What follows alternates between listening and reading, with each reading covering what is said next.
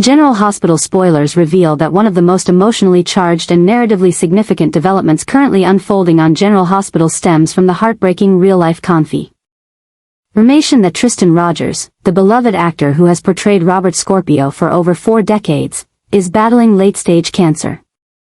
This announcement has sent shockwaves not only through the fan community but also deep into the creative core of the show itself, forcing a profound adjustment in both tone and structure.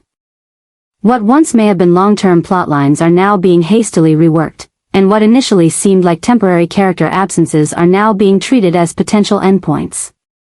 The gravity of this moment cannot be overstated. General Hospital is quietly preparing to close the chapter on one of its most legendary figures, and in doing so, the fabric of the entire series is shifting. The creative team has clearly undertaken a significant recalibration of the Robert Scorpio arc, subtly weaving real-world poignancy into the character's final storyline. No longer just the eternally cool, sharp-witted WSB agent, Robert is now portrayed through a softer, more introspective lens. There is an undeniable heaviness in his scenes, longer pauses between words, quieter moments of reflection, emotionally loaded glances that seem to carry the weight of decades. His presence, once defined by relentless motion and resolve, is now tinged with vulnerability and grace. Even the way other characters interact with him has changed. There's a reverence in their tone, an unspoken acknowledgement that time is running short, not just for Robert, but for the shared history he represents. Every conversation feels heavier. Every farewell feels like it might be the last. It's as though Port Charles itself knows what's coming and is bracing for the emotional aftershock. This shift isn't just emotional, it's structural. The writers are deliberately redirecting the energy of Robert's once action-packed life into a quieter, more meaningful conclusion. Scenes once dominated by WSB missions and dramatic takedowns are being replaced with personal moments, private conversations with old friends, brief but weighted encounters with Anna, deeply emotional exchanges with his daughter Robin, and unexpected yet powerful reconciliations with longtime adversaries. These scenes are not filler, they are intentional. Emotional punctuation marks that are slowly shaping a tribute arc for a man who has not only been a pillar in the storyline but a connective tissue across decades of GH history. The implications of this adjustment stretch far beyond Robert Scorpio's character. His departure, and the way it's being framed, has become a catalyst for seismic narrative changes throughout the show. Long-running dynamics are being re-evaluated. Characters who have relied on Robert as a moral compass are now being forced to navigate without his wisdom. Relationships once rooted in shared mission or duty are shifting into realms of legacy and grief. The silence left in Robert's eventual absence won't just be emotional, it will be thematic. The spy world he once operated in, the conspiracies he unraveled, the enemies he pursued, all of it now feels like it's drawing to a close, marking not only the end of Robert Scorpio's era, but perhaps the end of a storytelling chapter defined by that era's values and style. And yet, amid all the sorrow and impending finality, there's also something extraordinary happening. General Hospital is delivering one of the most profound tributes it has ever orchestrated. This isn't just an exit arc, it's a celebration, a mourning, and a reflection. Robert's final journey is allowing the show to revisit iconic moments, long-forgotten emotional ties, and buried conflicts. His mere presence now invokes a kind of narrative gravity that few characters could command. In many ways, the show is slowing down for him, not just to honor the actor, but to honor everything his character has come to represent: loyalty, duty, romance, and resilience. But it's not just the past that is being honored. This new phase of storytelling is also highlighting how death, or the specter of it, changes everything. With Robert's mortality looming over the canvas, the characters around him are forced to confront their own regrets, choices, and legacies. Anna is more vulnerable than ever, shaken by the thought of losing the one person who knew her before the weight of the world hardened her soul. Robin, often mentioned but rarely seen, has become a touchstone for legacy, love, and family.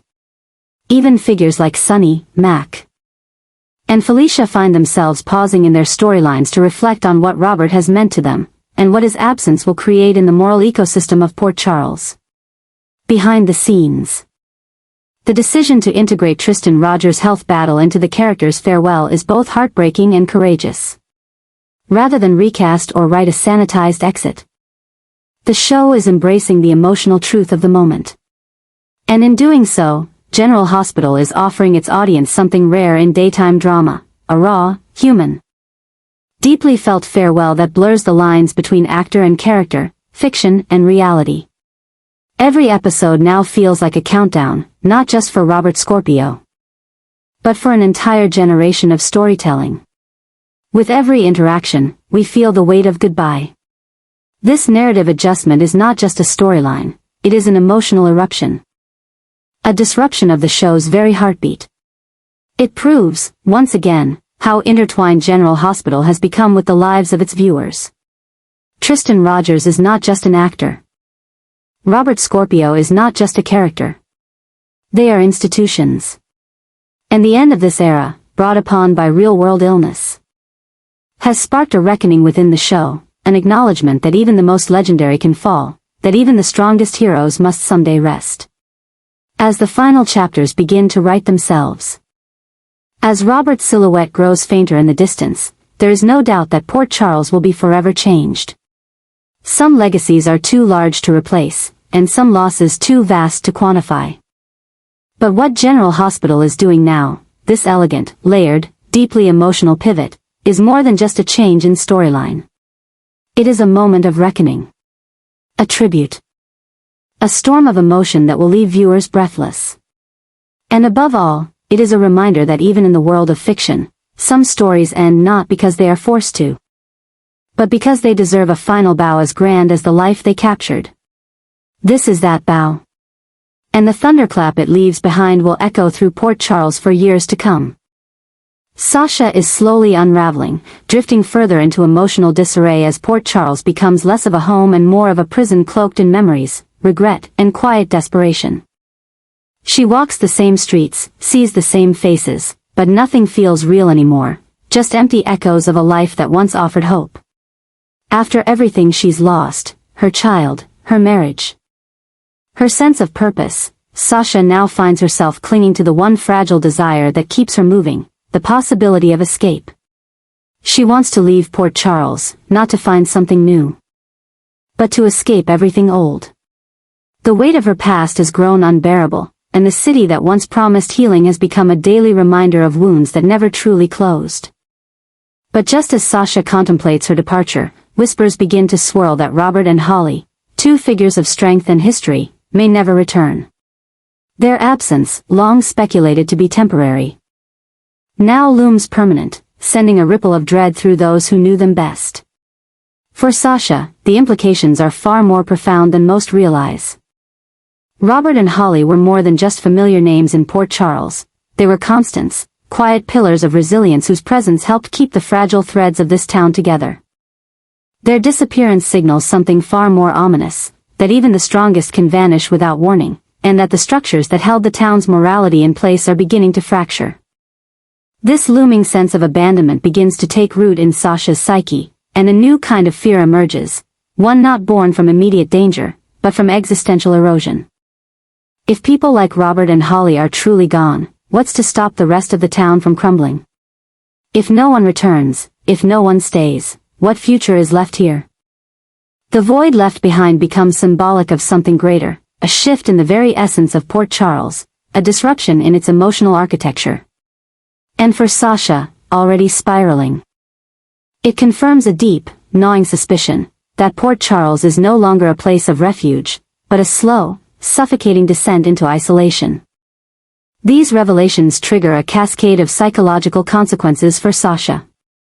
She begins to experience new layers of emotional instability, sleepless nights filled with restless dreams, haunting flashbacks of her child's death, and crippling doubts about her own sanity. The grief that once sat quietly in the corners of her life now takes center stage. Her conversations grow more fragmented, her ability to mask pain deteriorates, and the pressure to maintain appearances, once manageable, becomes a suffocating performance. As the community grows more distracted by new chaos, Sasha's unraveling is left largely unnoticed, giving her anguish more room to grow unchecked. The situation intensifies when she attempts to seek help, only to be met with hollow reassurances and empty promises. Without Robert's moral compass or Holly's empathetic insight to tether her, Sasha begins to feel like an afterthought in a town more interested in survival than healing.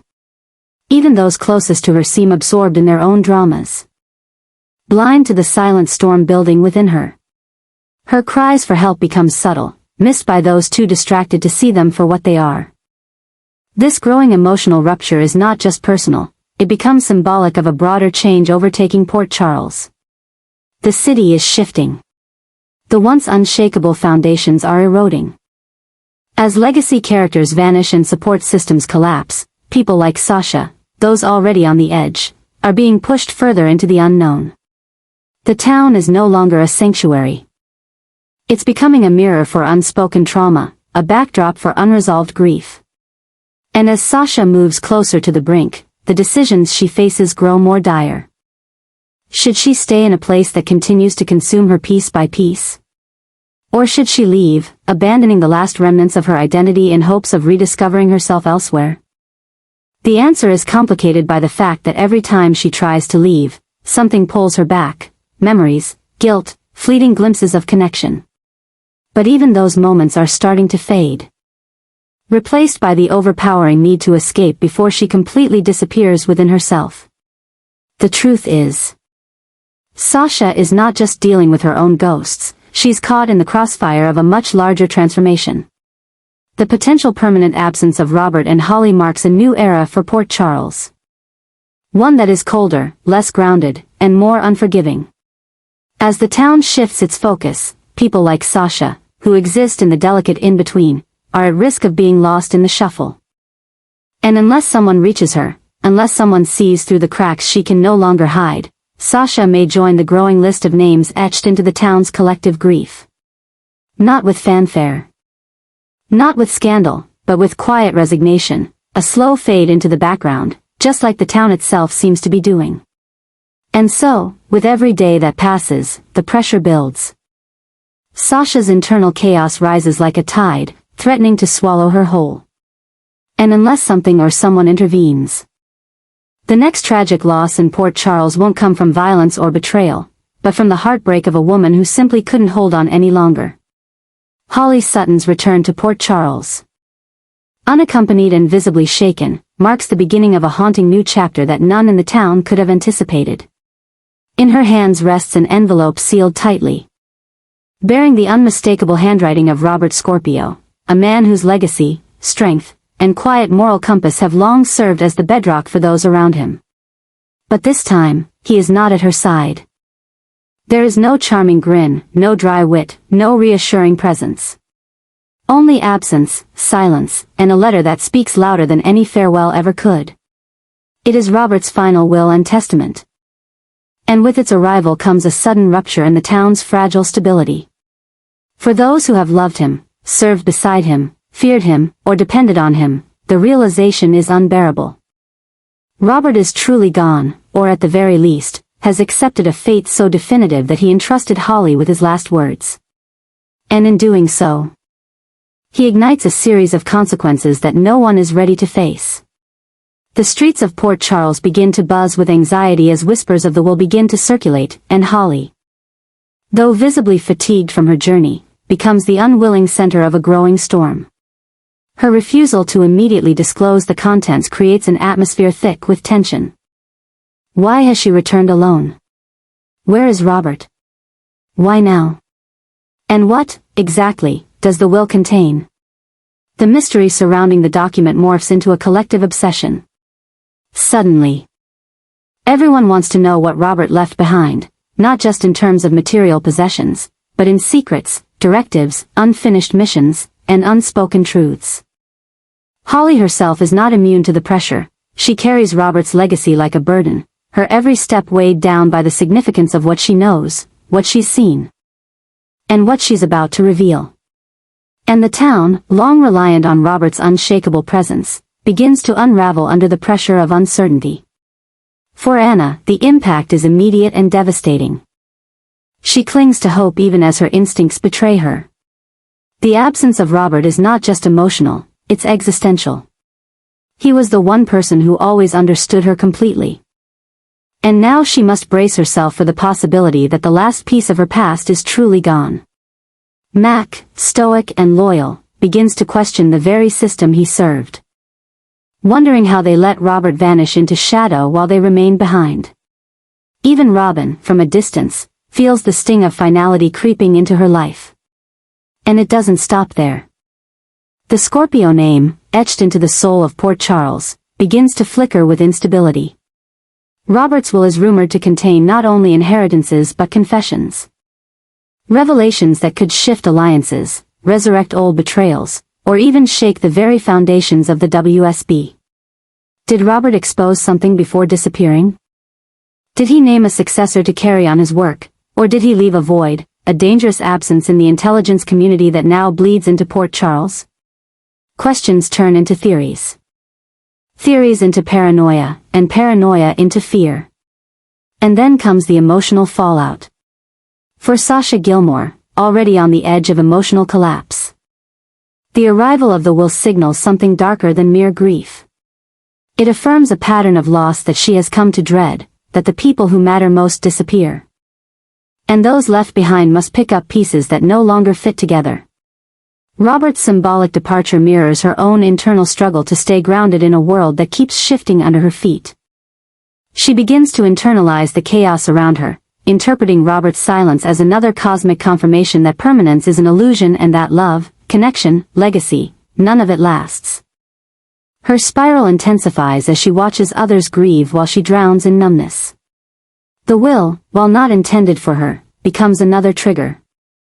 Another reminder that no one, not even the strongest, can escape fate. And as Sasha begins to disconnect further, those closest to her fail to see the depth of her unraveling. Port Charles, once a place of second chances, feels colder, more distant. Even those who should care are too caught up in the unraveling mystery of Robert's final decisions. And then the will is finally read. Holly, solemn and pale, stands before those closest to Robert, her voice trembling as she delivers the words he left behind. The room is silent, each breath held, every eye fixed. But what emerges is not comfort. It is chaos. Robert's choices are bold, controversial, unexpected. He names unlikely heirs, leaves behind instructions for unresolved WSB operations. Issues veiled warnings about certain Port Charles residents, and most shockingly, suggests that his death may not be as accidental or inevitable as it seems. The implications explode like a landmine. Anna is forced to relive every misstep, Mac begins to question his own loyalties, and old enemies of Robert suddenly feel threatened again. As if his hand is still reaching from beyond the grave to hold them accountable. And perhaps it is. Perhaps Robert knew exactly what he was doing, knowing that even in death, he could shape events. Influence decisions, protect those he loved, and haunt those who betrayed him. The will is not an ending. It's a detonation. And Holly, caught in the eye of the storm, is left wondering if bringing it to Port Charles was truly the right thing to do. What Robert left behind is more than a legal document, it is a map of his fears, his regrets. His final stand against a world that constantly threatened to consume him. And now, it is in motion. As Port Charles reels from the aftershock. As friendships fracture and secrets pour out like floodwater, it becomes clear that Robert Scorpio's legacy is not one of peace but of awakening. He has stirred the ghosts of the town. Peeled back the layers of false safety, and dared everyone to confront what lies beneath. And in doing so, he has proven that even in absence, he can alter everything. The town will never be the same. And neither will the people who called Robert Scorpio their anchor. His final act is not silence, it is a roar. And the echo of that roar will haunt Port Charles for a long time to come. Sasha is drowning in a relentless tide of grief.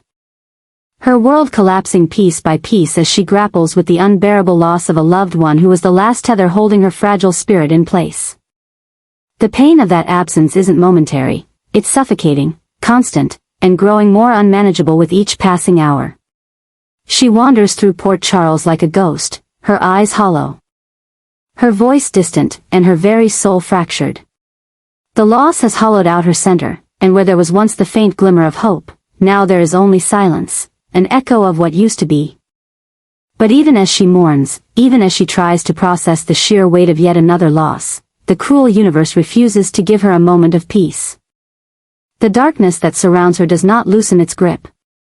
Because while she tries to breathe, to heal, to stand again, there is another nightmare still unfolding in the shadows. Daisy is still in danger. The situation surrounding Daisy is not just concerning, it is terrifying. Rumors continue to swirl, whispers of threats and mysterious disappearances. Strange figures seen lingering near the hospital, and sudden lapses in Daisy's own memory that suggest something more sinister at play. Sasha, already emotionally wrecked, finds herself pulled into a web of fear and helplessness. The person she once protected, loved, and guided is now the target of something she can't fully see or understand. And that realization ignites a new level of torment within her. She is no longer just mourning, she is unraveling under the pressure of simultaneous dread. Every time she closes her eyes, she sees what she's already lost. Every time she opens them, she fears what she might lose next. The danger to Daisy becomes an obsession for Sasha, not out of duty, but out of desperation. She cannot bear the thought of losing another piece of her heart, not now, not again, not when she's already on her knees. But with each passing day, the danger grows more opaque. No one seems to take it seriously enough. The authorities are distracted, friends are consumed with their own problems, and Sasha is left alone, screaming into the void for someone to pay attention. The silence that meets her cries only deepens her sense of isolation. She begins to question her own perception. Is she imagining things? Is the grief distorting reality? Or is she the only one willing to face the fact that something horrifying is still unfolding right in front of them? As the trauma compounds, Sasha's grip on reality begins to loosen. She becomes paranoid, restless, and emotionally volatile. Small noises startle her. Sudden movements send her heart racing. She jumps at shadows and becomes increasingly convinced that someone is watching her. Her home, once a fragile sanctuary, now feels like a cage. Her dreams are filled with images of Daisy calling for help, of danger she can't stop, of funerals she's forced to attend again and again. And still, no one listens. The town sees her as fragile, broken, perhaps even unstable, but they don't understand the depth of her fear. They don't feel the way her chest tightens every time Daisy walks out the door. How her heart sinks when her calls go unanswered, how every moment feels like the countdown to another heartbreak she cannot survive. The emotional stakes are climbing. The psychological pressure intensifying, and Sasha is reaching her breaking point. Her pain is no longer internal, it begins to bleed into every interaction. She lashes out at those around her, accusing them of indifference, of ignorance, of leaving her alone to battle demons too big to name. Even those who care find themselves pulled back, unsure of how to help someone who seems so close to shattering. And yet, deep down, Sasha knows she's not losing her mind, she's seeing something others refuse to. The threat to Daisy is real. The grief is real.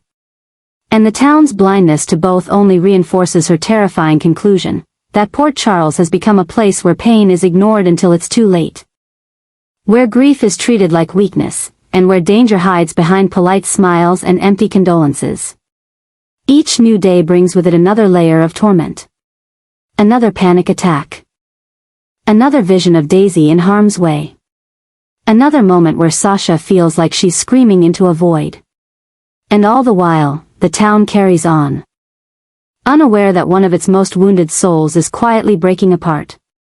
The tragedy is not just that Sasha is grieving, it's that she's doing so in the midst of a gathering storm. One where her instincts are dismissed, her warnings ignored, and her heartbreak seen as hysteria. But the truth is far more sinister. Sasha is not wrong. Something is coming. And if no one listens, if no one acts, then her next loss may be the one that finally destroys her completely. In this suffocating silence, as the walls close in and the air becomes harder to breathe, Sasha is caught in a relentless loop of agony. The loss of her loved one was the first strike. Daisy's continued danger is the second. And the refusal of the world around her to acknowledge either is the cruelest cut of all. She is a woman haunted not just by the past, but by the unbearable certainty that more pain is coming. And this time, she fears, there may be no coming back.